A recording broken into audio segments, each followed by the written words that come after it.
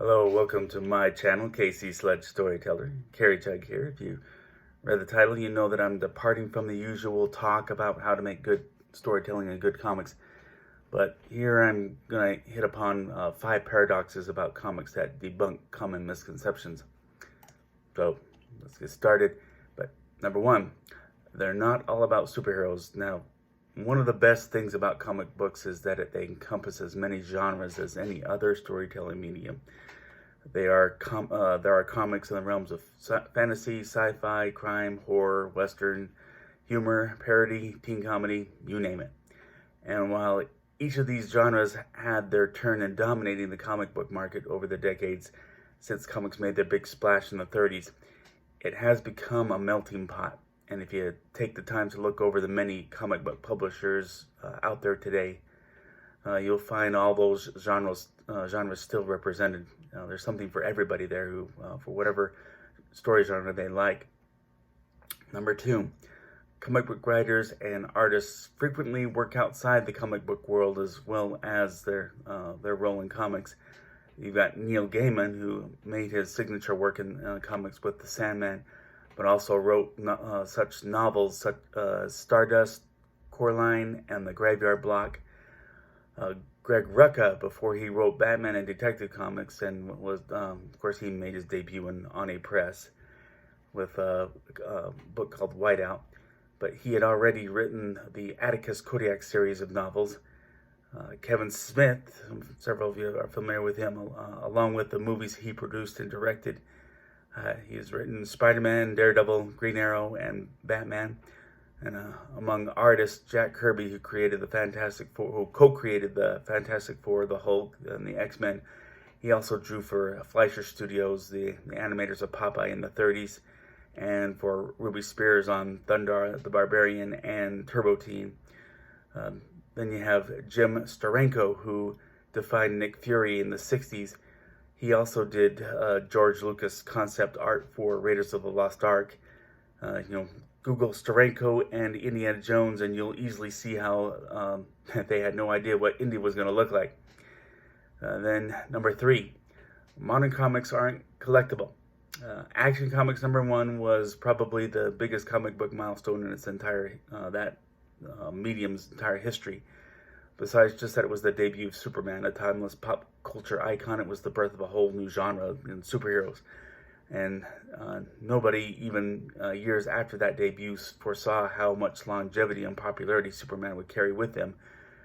Most of those early Superman comics endured a lot of wear and tear. And a lot of them also got recycled as part of the American citizen support of the war effort, where they were asking for scrap paper, all part of World War II. But combine all those factors, and the few remaining copies of Action Comics #1 are literally worth millions. But those factors don't apply to any of today's comics, since they're everywhere, and they're not really transcending their medium for anybody. Everybody knows about them.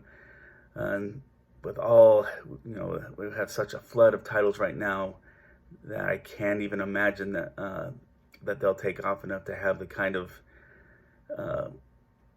popularity that Superman had, that early comics would become of such value.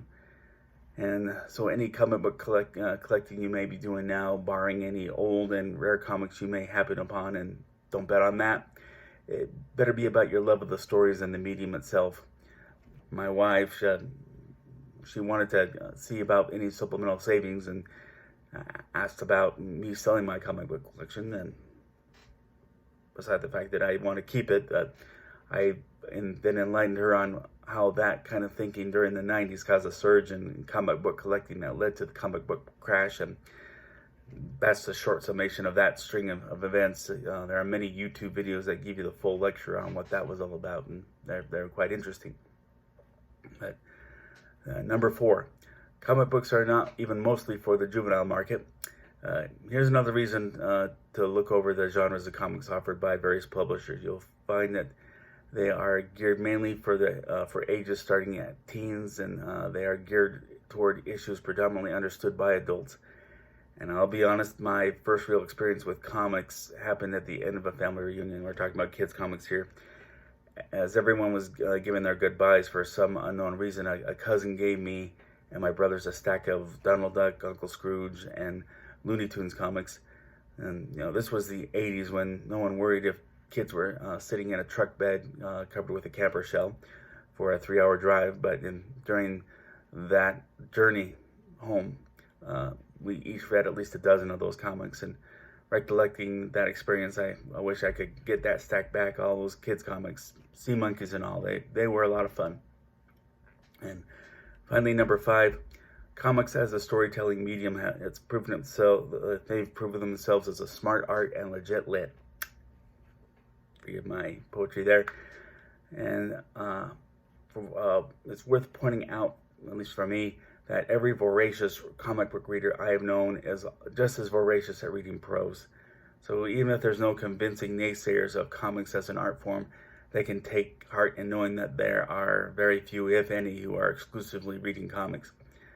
Furthermore, while comics have their equivalent to the Oscars and Grammys in the Eisner Award, named after Will Eisner, a much heralded comic creator, but you got Art Spiegelman. He had his brilliant animal allegory of the Holocaust in the book Maus. It's spelled M-A-U-S, the German spelling for mouse. It transcended, the Eisners, and it won a Pulitzer. And when I say that the work is brilliant, I mean that I have a hard time imagining the story being told in a different medium in the same fashion, to that same quality. The allegory depicts the Jews as mice, the Nazis as cats, and the Americans as dogs. You can see how that dynamic of animal relationships comes into play. And the story gets deep into the emotions surrounding the Holocaust, just with interactions by themselves. And so, you could say it would be interesting even without the animal representations.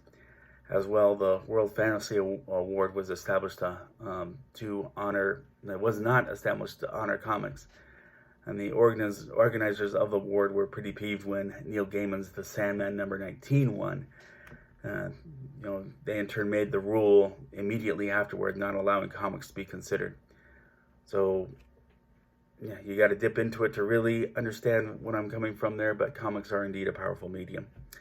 But that's my insight on the bigger picture for you, the world of comics and the quality literature it has the potential to be. Like anything else, there are good ones, there are bad ones.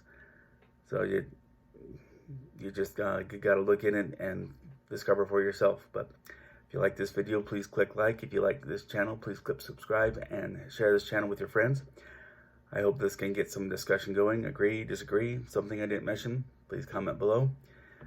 And let's all be mindful of our habits, wash our hands, avoid touching our faces, keep our distance in public, and stay indoors if we get sick. I think more and more of us, I'm disappointed to see fewer people than should wearing masks in public. I think we need to start wearing masks. Furthermore, I said way earlier, that it would be about 4 to 8 weeks that Sledge #1 would come out in distro mode. I checked, there were new titles that came out this week. Sledge #1 was not one of them, and I think that the global concern has a factor in that. What I think makes that a good thing is that it was April 9th when they would go back to mailing, whereas the mailing comics was on hiatus. So we'll see when that comes about, but hope I can get a few people excited about that.